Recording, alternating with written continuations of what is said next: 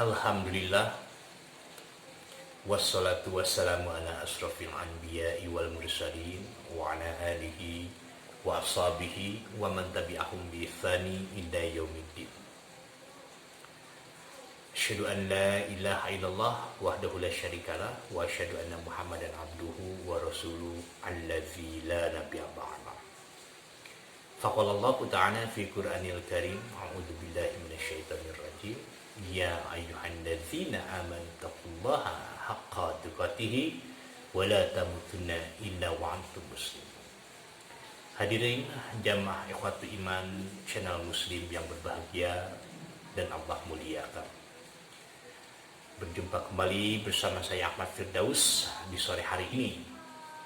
Dan tentunya mudah-mudahan hadirin semua dalam keadaan sehat walafiat dan juga dalam keadaan menahan hawa nafsu, menahan lapar dan juga haus, karena itu semua merupakan bentuk kewajiban yang memang Allah tanamkan di dalam ajaran Islam ini, agar senantiasa kita dapat melaksanakannya, mengerjakannya dengan penuh keikhlasan, dengan penuh sadar diri, sebagai bentuk atau bukti keimanan yang kita miliki, ketakwaan yang kita kerjakan segala bentuk atas segala bentuk perintah yang Allah tanamkan di dalam ajaran Islam ini. Dan mudah-mudahan segala bentuk amalan kebaikan selama kita di bulan suci Ramadan diberikan kemudahan, kelancaran oleh Allah Subhanahu wa taala, dan juga dicatat sebagai amalan yang salih di hadapan Allah Subhanahu wa ta'ala. Amin ya rabbal alamin. Hadirin jamaah ikhwatu iman channel muslim yang berbahagia dan Allah muliakan. Ada manusia kadang-kadang tidak menyadari akan diturunkannya ujian oleh Allah Subhanahu wa ta'ala.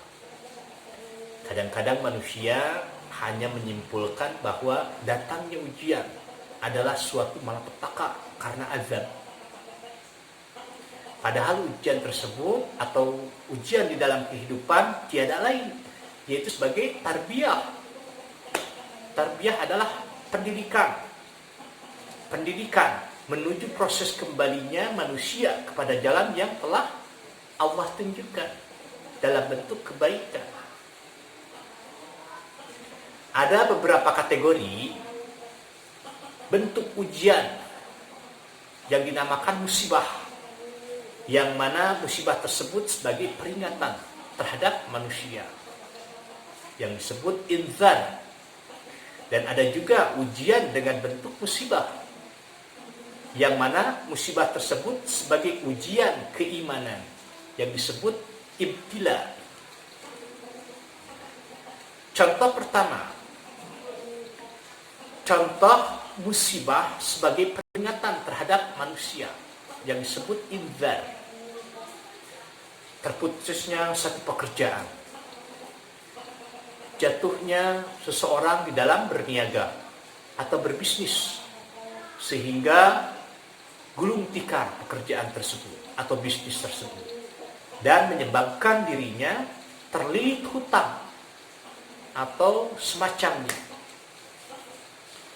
Justru itu semua adalah kasih sayang Allah yang diberikan kepadanya, agar hambanya senantiasa ingat kepada Allah, lantas berdoa, bermunajat kepada Allah, dan melaksanakan ibadah-ibadah sesuai yang Allah perintahkan di dalam ajaran Islam ini.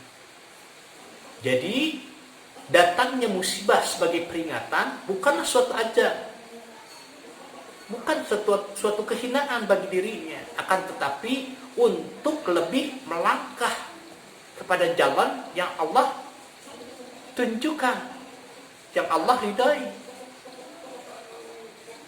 Contoh terputusnya satu pekerjaan bisa jadi itu adalah sebab terbaik yang Allah berikan untuk dirinya. Dan jika manusia tersebut tidak diberikan ujian atas terputusnya satu pekerjaan, bisa jadi bahwa pekerjaan tersebut adalah bisa membawa dirinya kepada hal keburukan, yang mana dirinya senantiasa terlena, terbuai dalam pekerjaan tersebut sehingga terjauhlah daripada perintah Allah. Atau jatuhnya seseorang di dalam berbisnis. Justru sebetulnya itu adalah kasih sayang Allah. Bisa jadi jika seseorang di dalam berbisnis diberikan terus oleh Allah kemudahan, kelancaran di dalam berbisnisnya, akan tetapi dirinya tidak pernah melaksanakan berbagai macam bentuk kebaikan yang Allah perintahkan atau tanamkan di dalam ajaran Islam ini, maka dirinya senantiasa terjauh dari Allah. Makanya Allah berikan musibah terhadap dirinya, jatuhnya seseorang di dalam masalah berniaga atau berbisnis, sehingga dirinya terlilit hutang yang begitu besarnya. Justru itu adalah kebaikan dari Allah, sebagai peringatan agar dirinya senantiasa bermunajat kepada Allah, jangan jauh dari Allah, senantiasa melaksanakan ibadah sesuai yang diperintahkannya. Dan kadang-kadang setelah manusia tersebut meyakininya, ikhlas, yakin bahwa segala sesuatu musibah atas izin Allah, apapun bentuknya, pekerjaannya terputuskan atau bisnisnya sampai terbengkalai, sampai bangkrut katakan, kita yakin bahwa segala sesuatu adalah izin dari Allah. Dan biasanya Allah ganti kehilangan pekerjaan dan juga bisnisnya dengan berbagai bentuk kebaikan di muka bumi ini, selama kita yakin dan ikhlas akan segala sesuatu yang Allah berikan atau ujian yang Allah berikan kepada kita. Itu contoh yang pertama. Itu semua merupakan ujian yang Allah berikan kepada manusia sebagai peringatan, yang mana agar manusia mengingat kepada Rabb-Nya, berdoa kepadanya, lantas kembali kepada jalannya, memperbaiki ibadahnya dan lain-lain. Itu yang dimaksud dengan ujian yang diberikan Allah sebagai peringatan, yakni inzar. Contoh-contoh musibah sebagai ujian keimanan atau yang dikenal sebagai ibtila. Diberikannya ujian kepada para nabi, yang mana itu semua sebagai kecintaan Allah kepadanya.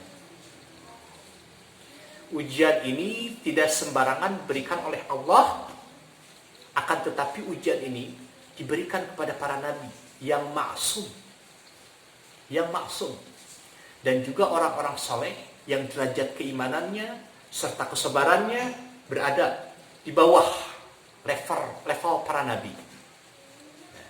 Contoh, Al-Quran mencatat dua orang nabi diuji dengan musibah yang tidak pernah diderita oleh siapapun dari hamba-hamba Allah.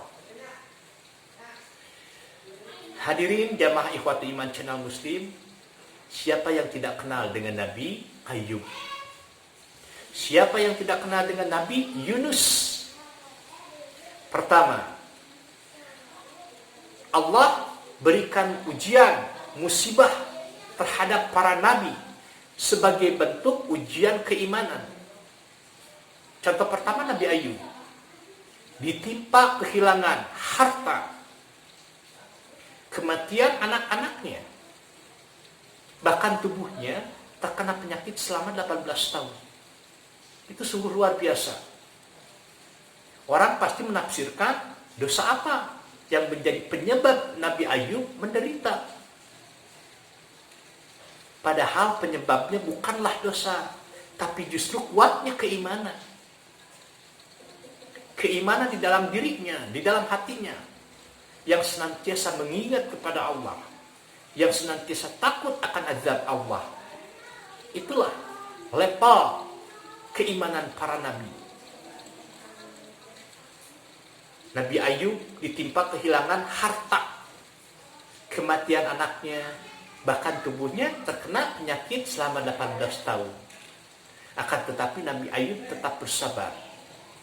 senantiasa beriman, bertakwa, dan semakin kuat keimanannya. Karena memang itu Nabi Ayub yakin bahwa segala sesuatu bentuk yang diberikan melalui ujian tersebut adalah izin dari Allah. Itu yang pertama. Sekarang yang kedua, Nabi Yunus alaihi salam. Nabi Yunus alaihi salam ditimpa musibah, berada dalam kegelapan yang titih menindih. Ia ditelan ikan, lantas dibawanya ke dasar lautan. Luar biasa. Kegelapan lautan, belum kegelapan perut ikan. Kesedihannya yang tiada tara dia rasakan. Itu Nabi Yunus. Kisah yang memang diabadikan di dalam Al-Quran. Sebagai contoh tauladan kepada kita sebagai umat Islam. Nabi Yunus itu ditimpa musibah dengan berada dalam kegelapan ya. Dia ditelan ikan, lantas dibawanya ke dasar lautan. Kegelapan lautan dan juga kegelapan perut ikan. Lantas yang tidak terpikir adalah kesedihannya selama beliau diuji oleh Allah Subhanahu wa taala di dalam perut ikan tersebut. Musibah yang dialaminya bukan karena azab ataupun peringatan atas menurunnya iman, akan tetapi justru sebaliknya, saking tingginya level keimanan yang dimiliki oleh Nabi Yunus. Itu level-level sekelas Nabi, level keimanannya luar biasa. Karena memang Allah berikan ujian itu diantaranya untuk para nabi melalui level keimanannya, diuji keimanannya sampai di mana batasan kuatnya iman seseorang ketika Allah berikan ujian atau musibah. Itu kasih sayang Allah sebetulnya. Ya, itulah sebabnya Allah uji kedua nabi dalam perjalanan kehidupannya, yang mana musibah yang dideritanya tersebut sebagai ujian keimanan baginya. Ketahuilah bahwa orang kafir mendapatkan musibah atas kekafirannya. Lantas orang-orang mukmin mendapat musibah karena keimanannya, kokoh imannya. Hadirin jamaah Ikhwatu Iman channel Muslim yang saya hormati dan Allah muliakan. Di dalam kehidupan ini, musibah adalah keniscayaan.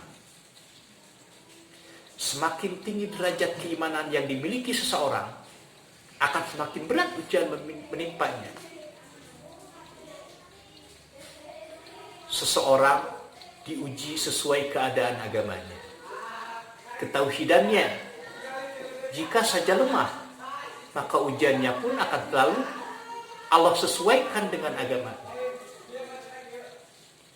Dan jika agamanya kokoh, maka diperbelatlah ujiannya. Yang jelas dan utama adalah bagi kita semua, kita mesti belajar untuk memperkokoh kualitas keimanan kita, kesabaran diri kita, agar kapanpun Allah berikan ujian atau musibah, kita selalu siap menghadapi serta